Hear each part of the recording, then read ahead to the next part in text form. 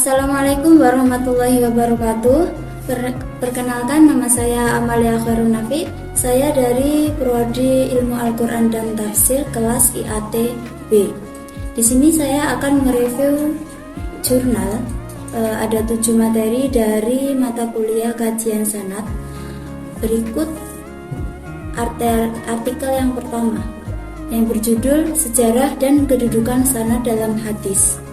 Pengertian sanad hadis. Sanad berasal dari bahasa Arab, artinya adalah penyandaran sesuatu pada sesuatu yang lain. Sedangkan al-sanad bisa berarti bagian depan atau bawah gunung atau kaki gunung, karena dialah penyangganya. Ada pula yang mengartikan sanad sama dengan mu'tamad, berarti terpercaya atau dapat dijadikan pegangan. Sedangkan menurut istilah ilmu hadis, sanad berarti silsilah periwayat hadis yang menghubungkan kepada matan hadis dari periwayat terakhir sampai kepada Nabi Muhammad SAW. Selanjutnya, istilah terkait dengan sanad. Kata isnad adalah bentuk masdar dari kata asnada yang menurut arti bahasanya adalah menyadarkan sesuatu kepada yang lain. Sama dengan pengertian sanad yang telah dijelaskan dalam pembahasan terdahulu. Sedangkan menurut istilah dalam ilmu hadis, isnad berarti mengangkat atau menyederhanakan suatu hadis kepada yang mengatakannya. Kata musnid adalah isim fa'il dari sanada yang secara bahasa berarti orang yang menyandarkan. Sedangkan secara istilah, kata ini berarti orang yang meriwayatkan suatu hadis yang disertai dengan menyebutkan sanad hadisnya.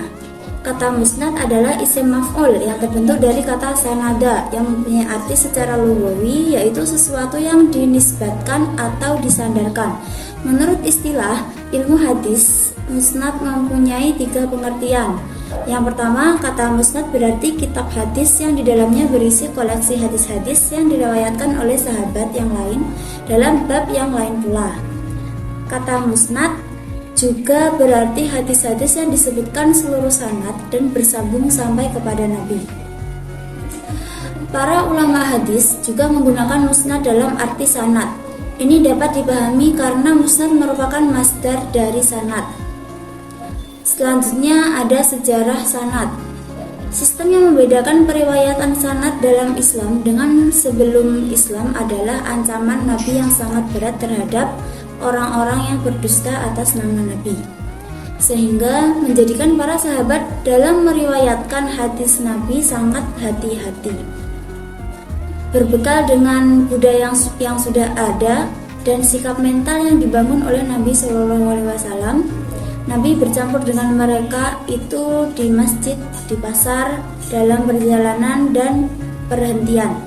Perbuatan dan perkataan Nabi selalu menjadi pusat perhatian dan kekaguman mereka, sebab Rasulullah merupakan pusat keagamaan dan keduniaan mereka sejak Allah memberi petunjuk kepada mereka dan menyelamatkan dari kesesatan, juga kegelapan menuju hidayah dan juga cahaya.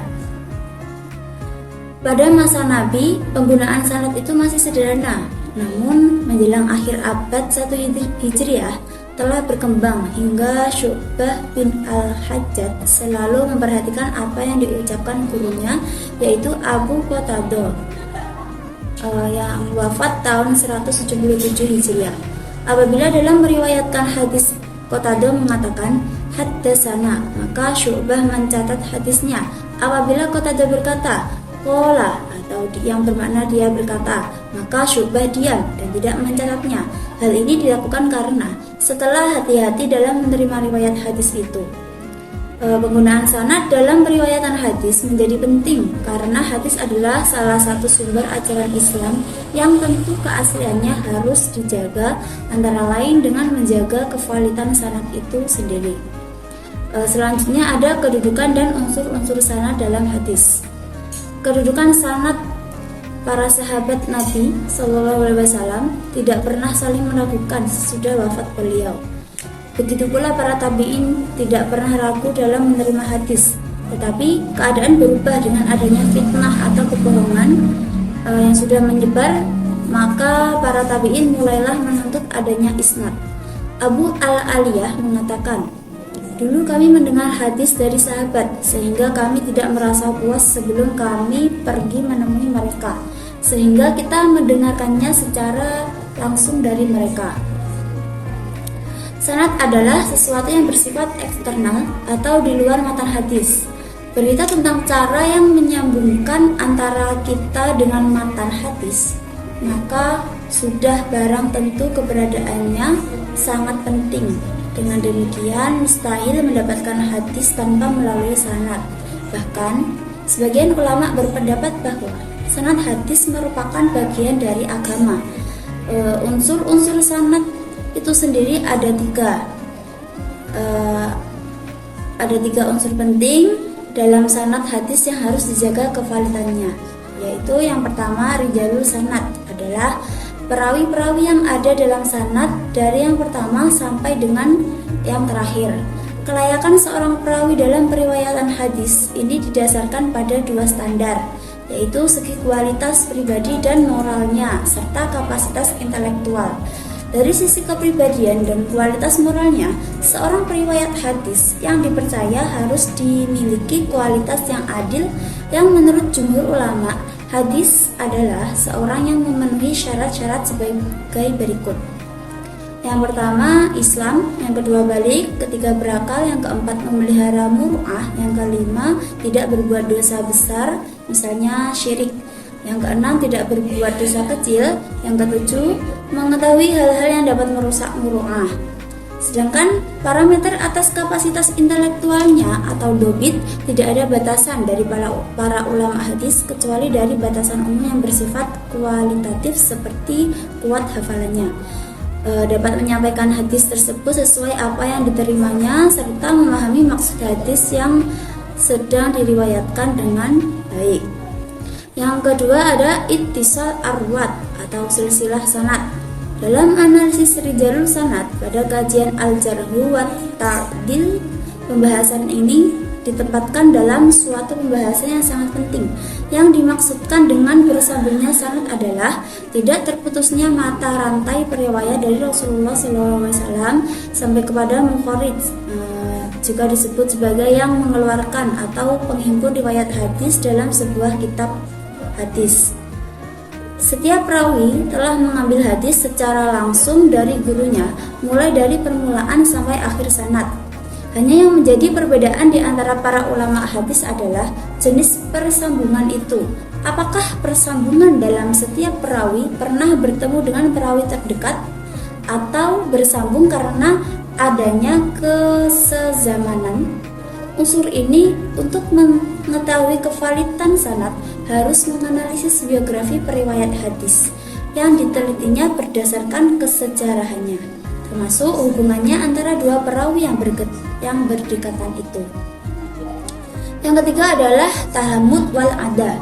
Metode periwayatan dan lambang-lambang periwayatan tahammul wal ada, jumhur ulama menyepakati 8 metode yang dianggap akurat dalam proses periwayatan. Selain dari 8 metode periwayatan tersebut, ada juga perlu dipahami oleh seorang pengkaji hadis pada unsur sanad yang merupakan bagian tak terpisahkan dari sanad, yaitu lambang-lambang periwayatan dan singkatan-singkatannya.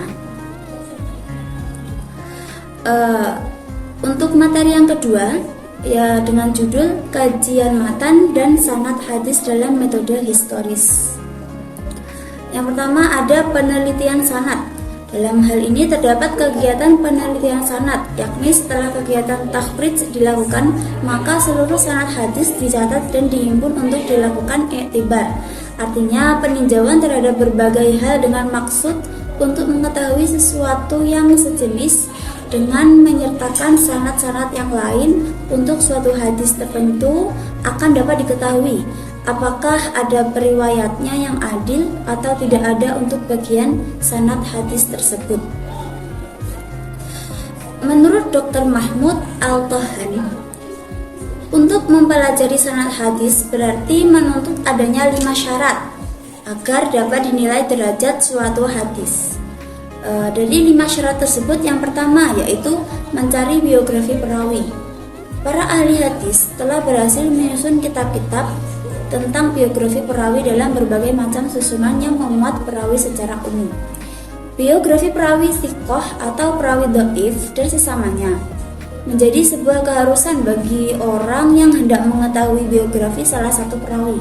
Untuk melihat kitab-kitab tersebut, seperti perawi kitab hadis 6. Jika seorang tidak mengetahui pribadi seorang perawi, ia tetap dapat menemukan biografinya dengan mengetahui namanya saja. Karena sebagian besar kitab biografi perawi ini dalam mengemukakan nama-nama perawi menggunakan urutan huruf mu'jam dengan memperhatikan nama perawi dan nama bapaknya. Yang kedua yaitu membahas keadilan dan kedobitan perawi.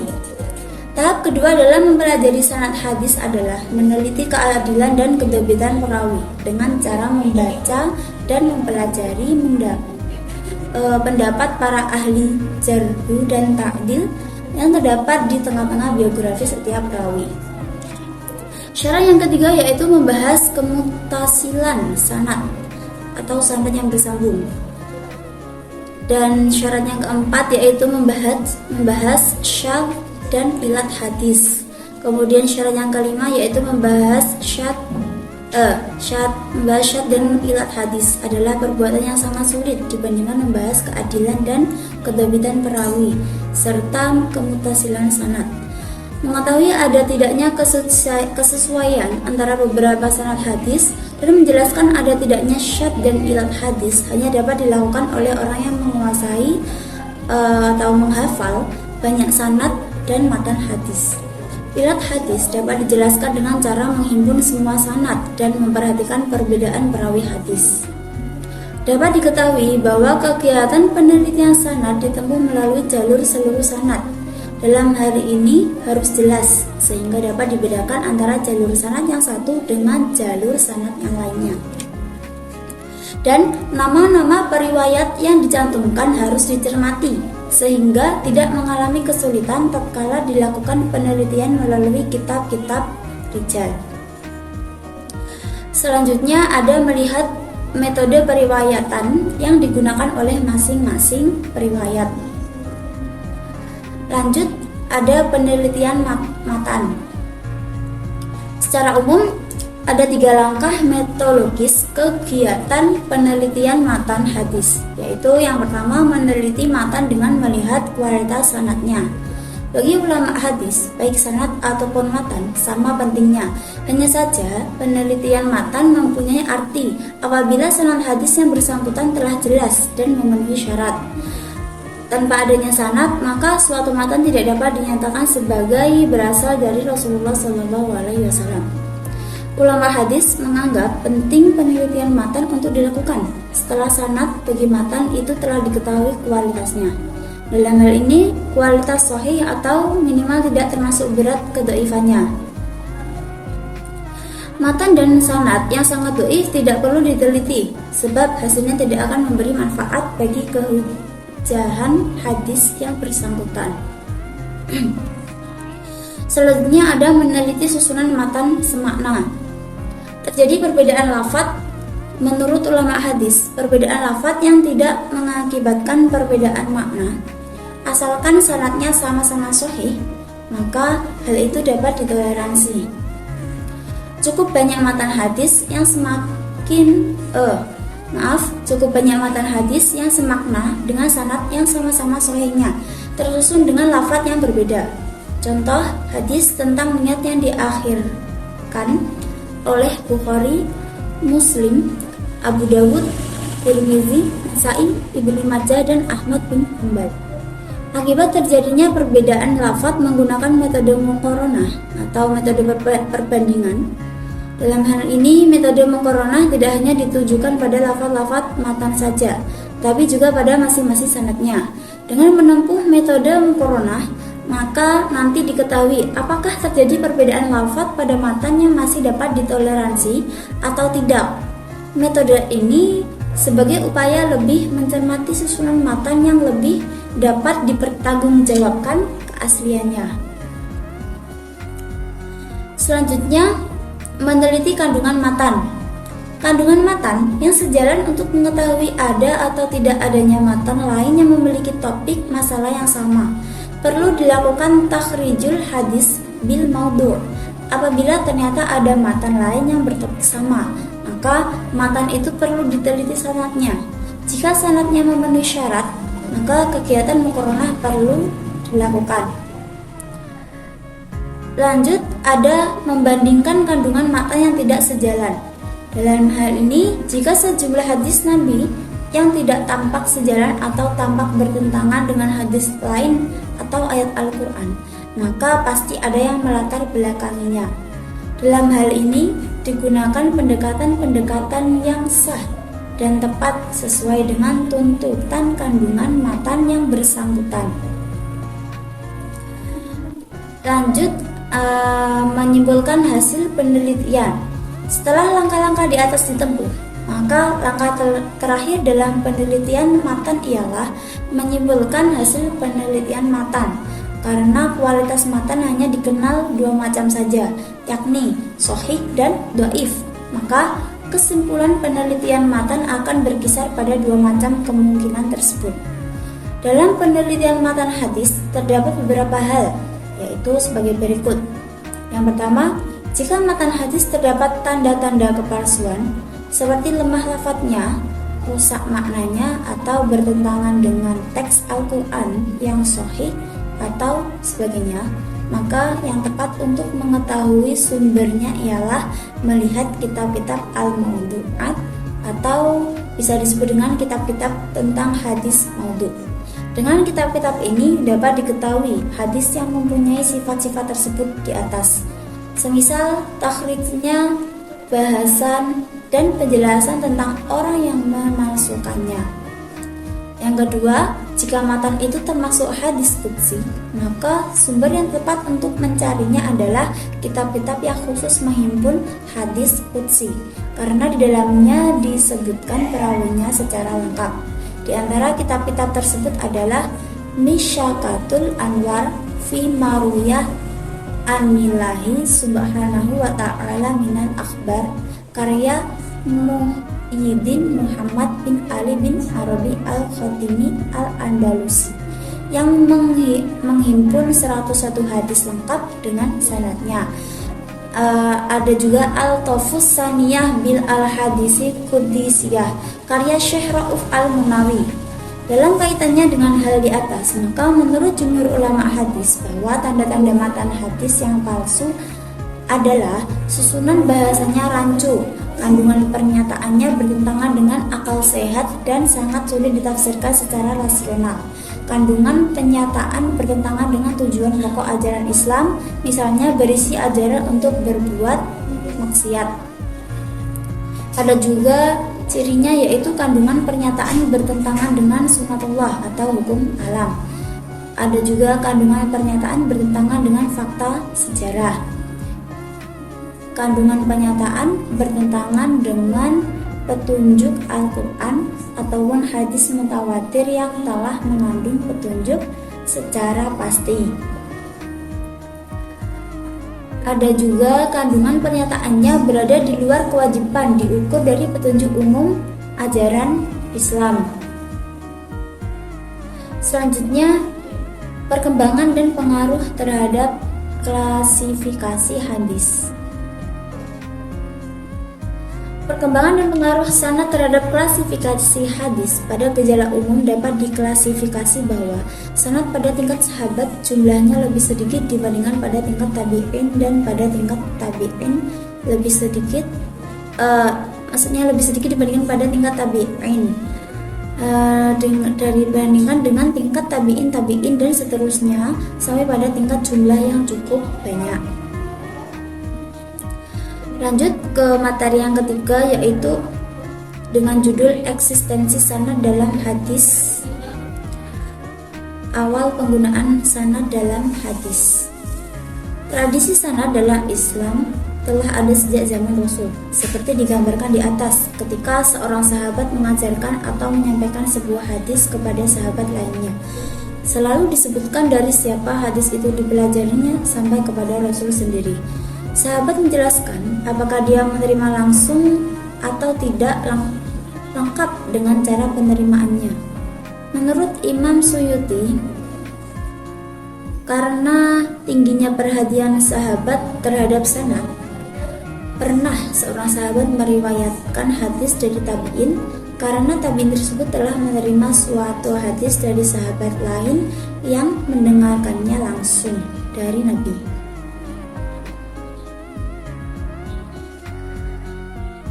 Adapun mereka yang ditanya tentang keadaan dan nilai sebuah sanad juga memberikan informasi yang benar. Dia tidak akan mengajarkan suatu hadis yang diketahuinya memiliki cacat atau ilat pada sanadnya kepada orang lain, atau mau mengajarkan tetapi dilengkapi dengan penjelasan sebenarnya tentang realitas sanad hadis tersebut. Di penghujung abad pertama Hijrah, ilmu sanad dalam arti mencermati sanad hadis dengan lebih teliti berkembang dengan pesat dan mendapat perhatian lebih. Syu'bah bin Al-Hajjaj misalnya sengaja mengamati bibir Abu Qatadah untuk membedakan apakah Qatadah mendapatkan hadis itu lewat tangan pertama atau kedua dengan memperhatikan lafaz tahammul wal ada yang digunakannya. Bahkan bukan hanya para ahli hadis yang meributkan masalah ini, tetapi juga pernah seorang Arab Badui Arabi menanyakan secara lengkap sanad sebuah hadis kepada Sufyan bin Uyainah.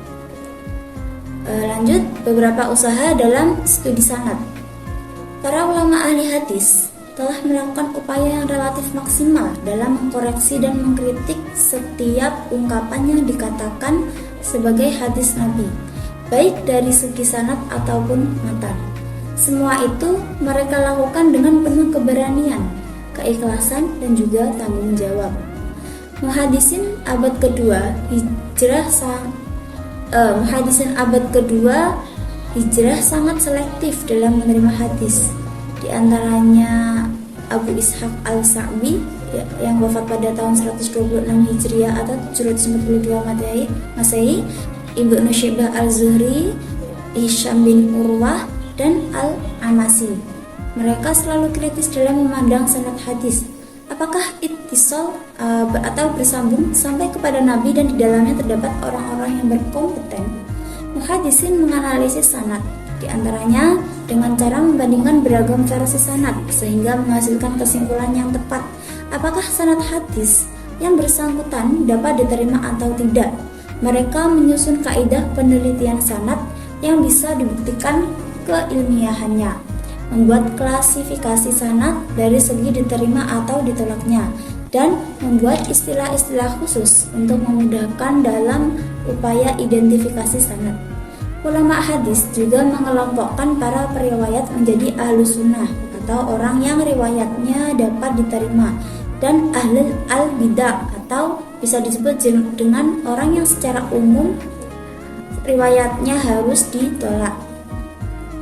Pendeknya, ulama hadis mengaji sanad dari berbagai dimensi, sehingga setiap kebohongan sampai kepada hal-hal kecil sekalipun dapat terdeteksi dan dianggap ke permukaan. Seperti yang dituturkan oleh Ats-Tsauri, bahwa jika seorang periwayat berbohong, maka kita akan mengujinya dengan menggunakan pendekatan historis.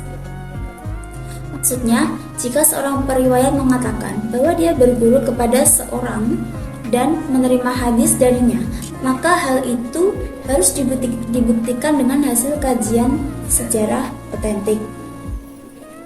Lanjut, ada pengaruh kualitas sanad terhadap nilai hadis.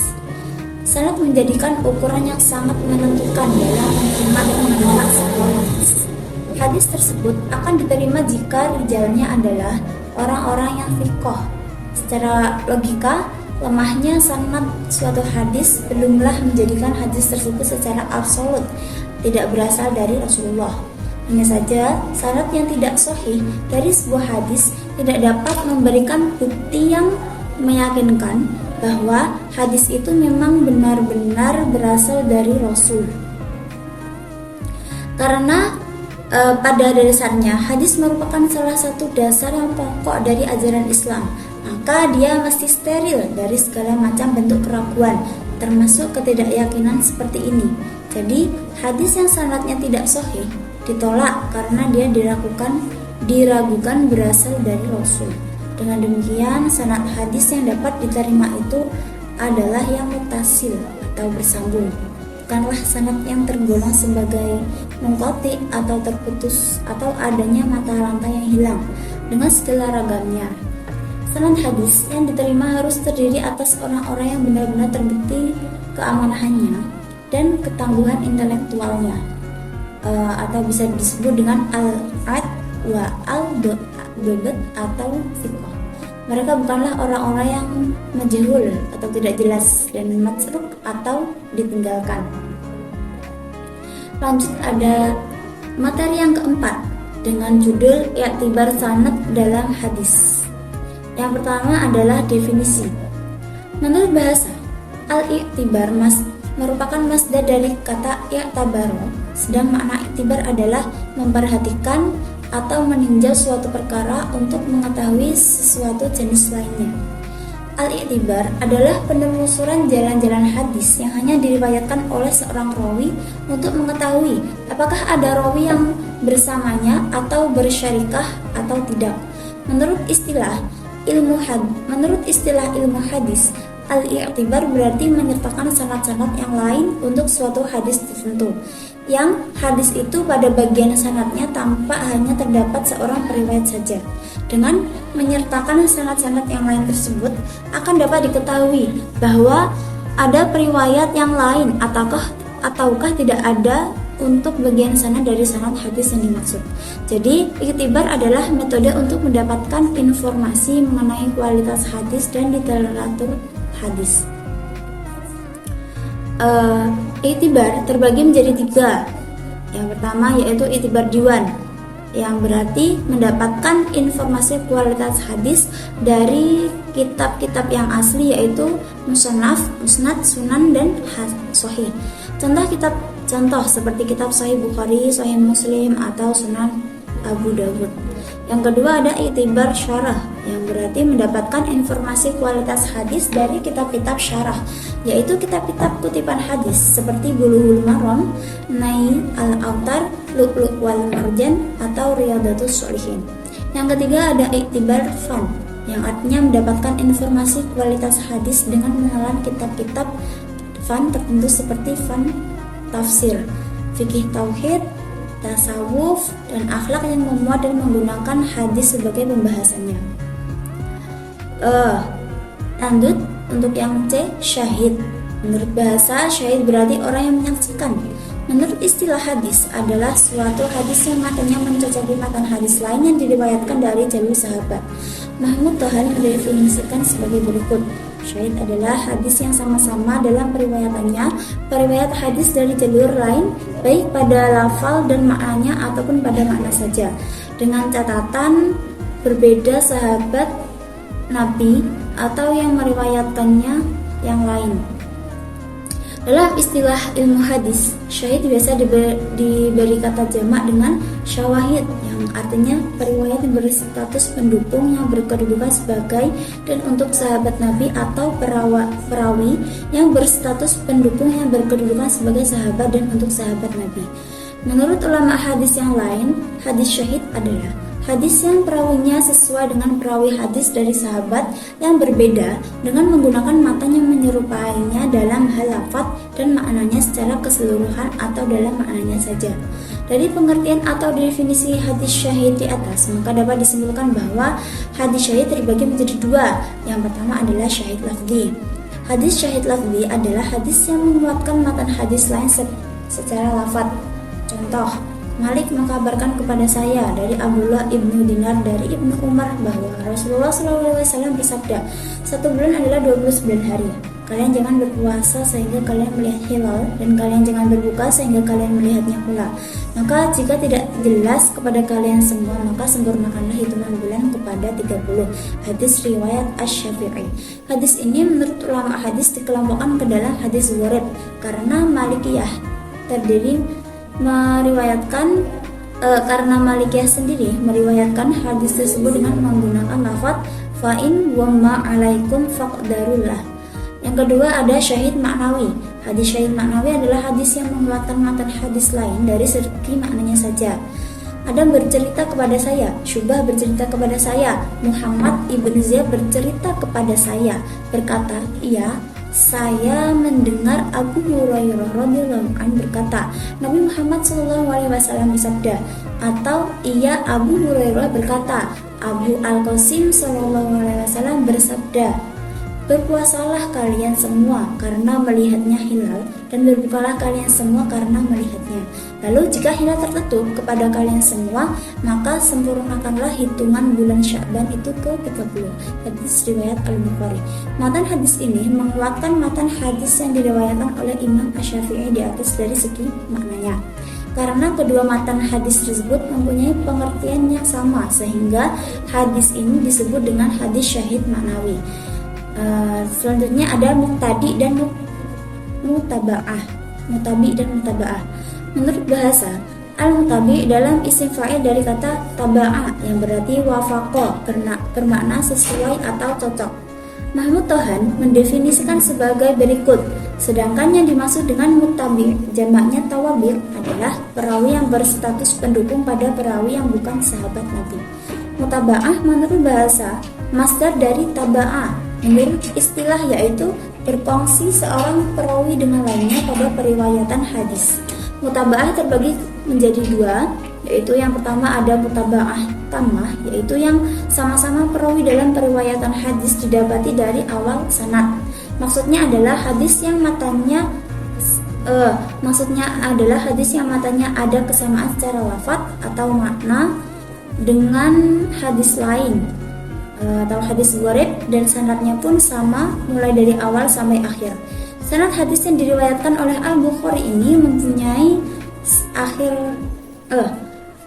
sanad hadis yang diriwayatkan oleh Bukhari ini mempunyai kesamaan dengan hadis yang diriwayatkan oleh Syafi'i ini, mulai dari awal sanad sampai akhir sanadnya, dan matanya pun sama.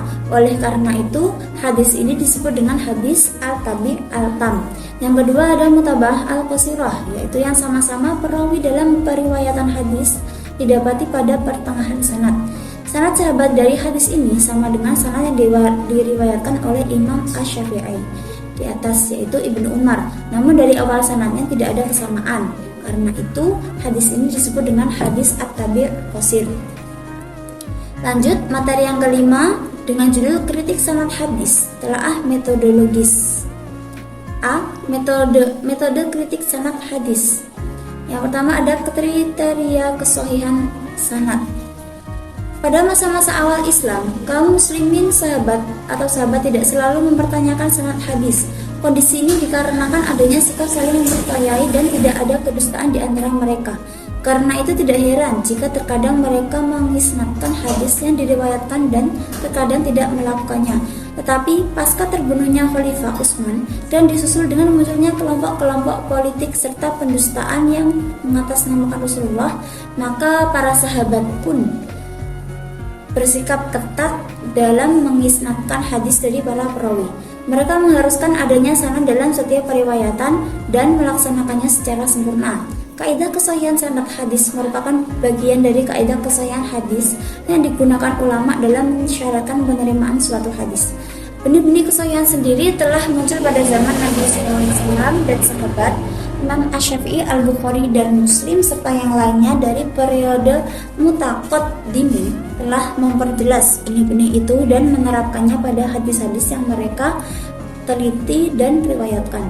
Tetapi mereka belum menyebutkan secara eksplisit baru pada periode mutaakhirin yang melanjutkan usaha mereka. Kaidah kesahihan hadis disempurnakan rumusnya. Ada 5 unsur kesahihan sanad seperti yang diisyaratkan oleh ulama hadis. Yang pertama al-ittisal al-sanad. Maksud dari kaidah ini adalah para perawi yang terdapat dalam suatu sanad menerima langsung hadis tersebut dari perawi sebelumnya. Begitu seterusnya hingga akhir sanad. Yang kedua, perawi adil. Kata adil dalam istilah ilmu hadis dipahami sebagai suatu sifat yang timbul dalam jiwa seseorang yang mampu mengarahkan orang tersebut kepada perbuatan takwa dan memelihara muru'ah hingga ia dipercaya karena kejujurannya, terpelihara dari dosa-dosa besar dan dosa-dosa kecil, dan menjauhi hal-hal mubah yang dapat menghilangkan muru'ah. Yang ketiga, dobit. Yang keempat, terhindar dari syad, Imam Asy-Syafi'i. Yang kelima, terhindar dari ilat. Persyaratan kesahihan sanad pada pengklasifikasian hadis. Ulama hadis menamakan hadis yang memenuhi semua unsur dari kaidah ini sebagai sahih al-isnad, sedangkan yang kurang dan atau tidak memenuhi sebagian maupun seluruh unsur dari kaidah tersebut disebut hadis hasan dan hadis dhaif. Persyaratan hadis sahih dan hadis hasan. Dari segi penerimaan hadis sahih dan hadis hasan merupakan hadis makbul, yaitu hadis yang dapat diterima sebagai sumber ajaran. Sementara hadis dhaif adalah hadis yang mardud atau hadis yang ditolak periwayatannya. Ada 4 tahap yang dilakukan dalam penelitian sanad hadis. Yang pertama, penelitian sanad adalah mengumpulkan seluruh sanad hadis tersebut dan kemudian melakukan iktibar sanad dengan cara pembuatan skema seluruh jalur sanad. Ada 3 tujuan dari kegiatan ini. Yang pertama, untuk mengetahui keadaan seluruh sanad hadis, dilihat dari ada atau tidaknya pendukung, baik yang berfungsi sebagai syahid atau mutabi'. Yang kedua, iktibar sanad juga akan membantu mengetahui nama perawi secara lengkap, sehingga membantu proses pencarian biografi dan penilaian mereka dalam kitab Rijal dan kitab Al-Jarh wa Al-Ta'dil. Yang ketiga adalah untuk mengetahui lambang periwayatan yang digunakan para perawi sebagai bentuk gambaran awal tentang metode periwayatan, mengingat cacat sebuah sanad seringkali berlindung di bawah lambang-lambang tersebut. Adapun tahap yang kedua yaitu berupa meneliti perawi dan metode periwayatan yang mereka gunakan. Tahap yang ketiga yaitu penelitian terhadap kebersambungan sanad. Tahap yang keempat, membuat kesimpulan hasil penelitian sanad sesuai dengan hasil temuan di lapangan. Selanjutnya, materi yang keenam dengan judul Metode Kesahihan Sanad Hadis, telaah terhadap pemikiran Syuhudi Ismail dalam kaidah kesahihan hadis. Kita akan berbicara tentang pemikiran Syuhudi Ismail. Yang pertama, tentang kesahihan sanad hadis.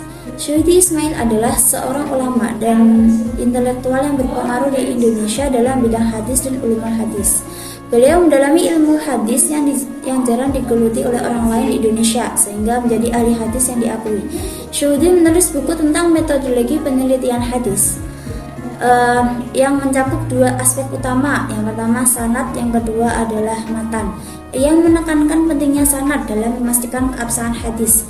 Ia juga mengkritik pandangan ulama tentang keadilan sahabat Nabi dan membuka peluang kritisi terhadap semua kitab hadis termasuk Sahih Al-Bukhari dan Sahih Muslim. Yang kedua tentang matan. Syuhudi Ismail menyebutkan 4 faktor yang mendasari pentingnya kritik matan hadis. Yang pertama, hadis sebagai sumber ajaran Islam.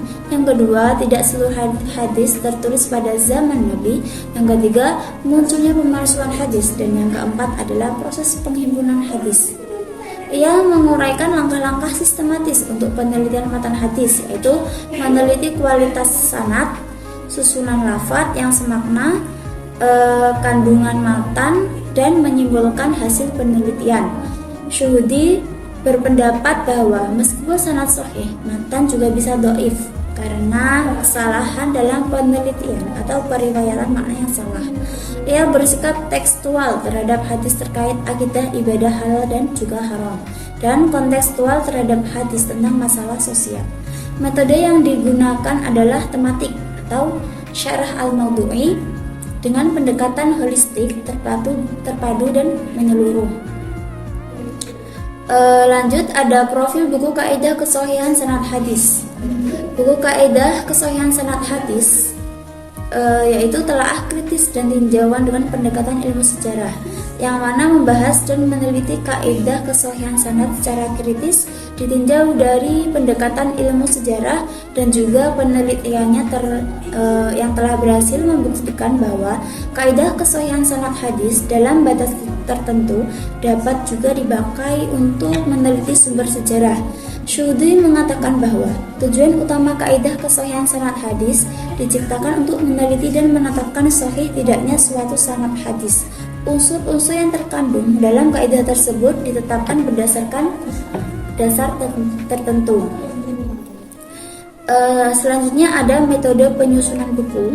Syuuti menyajikan dua kaidah dalam mengkritik kesahihan sanad hadis, yaitu kaidah mayor dan kaidah minor. Kaidah mayor adalah berbagai syarat atau kriteria kesahihan suatu hadis yang bersifat umum, sedangkan kaidah minor yaitu unsur-unsur kaidah yang merupakan turunan dan penjelasan terperinci dari kaidah mayor. Syuuti mengemukakan bahwa kaidah kesahihan sanad yang diciptakan oleh ulama dan yang tidak seragam, namun ada kaidah yang telah disepakati oleh mayoritas ulama hadis dan berlaku sampai sekarang. Kaidah tersebut bisa sahih apabila yang pertama sanad disambung, yang kedua periwayat bersifat adil, yang ketiga periwayat bersifat dhabit, yang keempat terhindar dari syadz, yang kelima terhindar dari ilat. Selebihnya, Syuuti menganalisis kesahihan sanad melalui pendekatan ilmu sejarah yang membagi periwayatan hadis yang didukung oleh ilmu sejarah menjadi dua. Yang pertama, periwayatan yaitu sumber yang berasal dari kesaksian dengan mata kepala sendiri atau indera lainnya. Periwayatan ini dalam periwayatan hadis pasti berasal dari sahabat, karena mereka yang memungkinkan langsung dapat menyaksikan perkataan atau qaul, perbuatan atau fi'il dan penempatan atau takrir Nabi SAW, penetapan atau takdir. Yang kedua adalah periwayatan, yaitu periwayatan yang tidak langsung disaksikan oleh rawi atau dialami oleh rawi. Periwayatan semacam ini dalam ilmu hadis mungkin berasal dari sahabat, bisa disebut dengan mursal sahabi, dan mungkin berasal juga dari selain sahabat. Lanjut materi yang ketujuh dengan judul kedudukan sanad menurut para ulama klasik. Di sini kita akan membahas metode yang pertama, yaitu metode para muhaddisin dalam mengkritik sanad. Untuk mengkritik sanad, para ahli hadis memfokuskan pada beberapa hal. Yang pertama, hal-hal yang menyangkut diri para perawi. Yang berupa A. Kualitas pribadi perawi atau adalah. Untuk dapat diterima periwayatannya, seorang perawi harus bersifat adil. Adil dalam hal ini yang berarti sifat yang meresap pada diri seorang perawi yang mengharuskannya membiasakan diri hidup dalam takwa dan selalu menjaga muru'ah atau wibawa, serta menjauhi perbuatan dosa dan hal-hal yang merusak muru'ah. Dari beberapa definisi yang dikemukakan para ulama ahli hadis, Syuuti Ismail mengemukakan beberapa kriteria seorang perawi yang disebut adil. Yang pertama yaitu beragama Islam, yang kedua adalah mukallaf, dan yang ketiga melaksanakan ketentuan agama, yang keempat menjaga muru'ah, wibawa, dan sebaliknya ada beberapa hal yang dapat merusak sifat adil seseorang perawi, yaitu yang pertama adalah suka berdusta, al-kizab, mendapat tuduhan dusta atau al-tuhmah fi al-kizab. Yang ketiga yaitu fasik, yang keempat berbuat bid'ah yang tidak membuatnya kafir, dan yang terakhir tidak dikenal jelas pribadi dan keadaan diri orang itu sebagai perawi hadis atau bisa disebut dengan al-jahalah. Lanjut, ada kapasitas intelektual perawi atau dabat.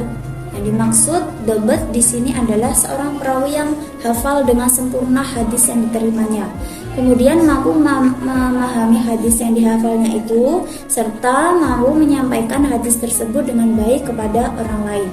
Dengan demikian, yang menjadi persyaratan dabat menurut Subhi al-Sahih adalah kekuatan hafalan dan kecermatan. Sifat dabat seorang perawi dapat diketahui dengan adanya kesesuaian hadis yang diriwayatkannya itu dengan hadis yang diriwayatkan para perawi lain yang thiqah atau kredibel, dapat dipercaya jika hadisnya itu dibandingkan dengan hadis mereka. Apabila mayoritas periwayatannya sesuai dengan periwayatan mereka, walaupun hanya dari segi makna, maka ia bisa dikatakan dobit. Sedangkan periwayatannya yang bertentangan dengan periwayatan mereka, karena sedikit ia tidak berimbas pada citra tentang sifat dobitnya.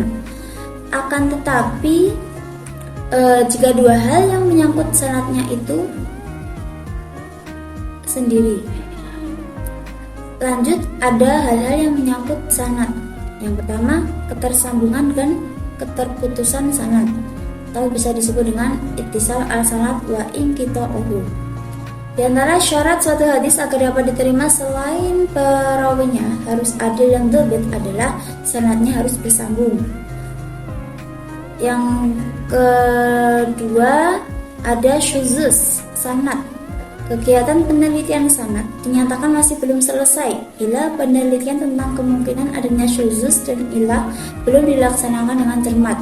Penelitian terhadap kedua hal ini memang termasuk lebih sulit bila dibandingkan dengan penelitian terhadap keadaan para perawi dan persambungan sanad hadis secara umum.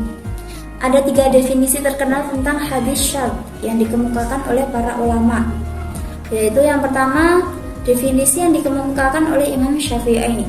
Hadis syadz adalah hadis yang diriwayatkan oleh orang yang thiqah, tapi riwayatnya bertentangan dengan riwayat yang dikemukakan oleh banyak perawi yang thiqah juga. Yang kedua, menurut Al-Hakim Al-Nisaburi, hadis syadz adalah hadis yang hanya diriwayatkan oleh salah seorang perawi yang thiqah dan hadis tersebut tidak memiliki sumber yang menjadi tabi' bagi perawi yang thiqah tersebut. Yang ketiga, menurut Al-Hafiz Abu Ya'la Al-Khalili, hadis syadz adalah hadis yang hanya memiliki satu sanad, baik periwayatan itu thiqah atau tidak, bertentangan dengan periwayatan thiqah yang lain ataupun tidak. Selanjutnya ada ilat sanad. Yang dimaksud dengan ilah di sini adalah faktor abstrak yang menodai hadis sehingga merusak kesahihannya. Karena pembahasan bidang ini mengandung tingkat kesulitan yang tinggi, maka masalah ini merupakan pengetahuan para muhadis yang tertinggi dan termulia. Kajian mereka tampak kritis dan sangat mendetail sehingga mereka mampu mengetahui faktor-faktor abstrak yang mendhaifkan hadis dan menghilangkan kesahihan lahiriah hadis yang menutupi hakikat kedhaifannya.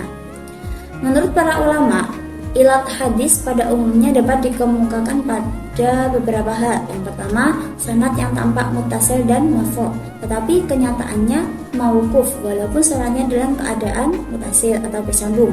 Yang kedua, sanad yang tampak muttasil dan marfu' tetapi kenyataannya mursal walaupun sanadnya dalam keadaan muttasil. Yang ketiga, ada dalam hadis itu telah terjadi kerancuan karena bercampur dengan hadis lain. Yang keempat, dalam sanad itu terjadi kekeliruan penyebutan nama perawi yang memiliki kemiripan dengan perawi lain yang berbeda kualitasnya. Mungkin sudah cukup review 7 materi dari mata kuliah kajian sanad dari saya. Apabila ada kurang lebihnya mohon dimaafkan. Terima kasih. Wassalamualaikum warahmatullahi wabarakatuh.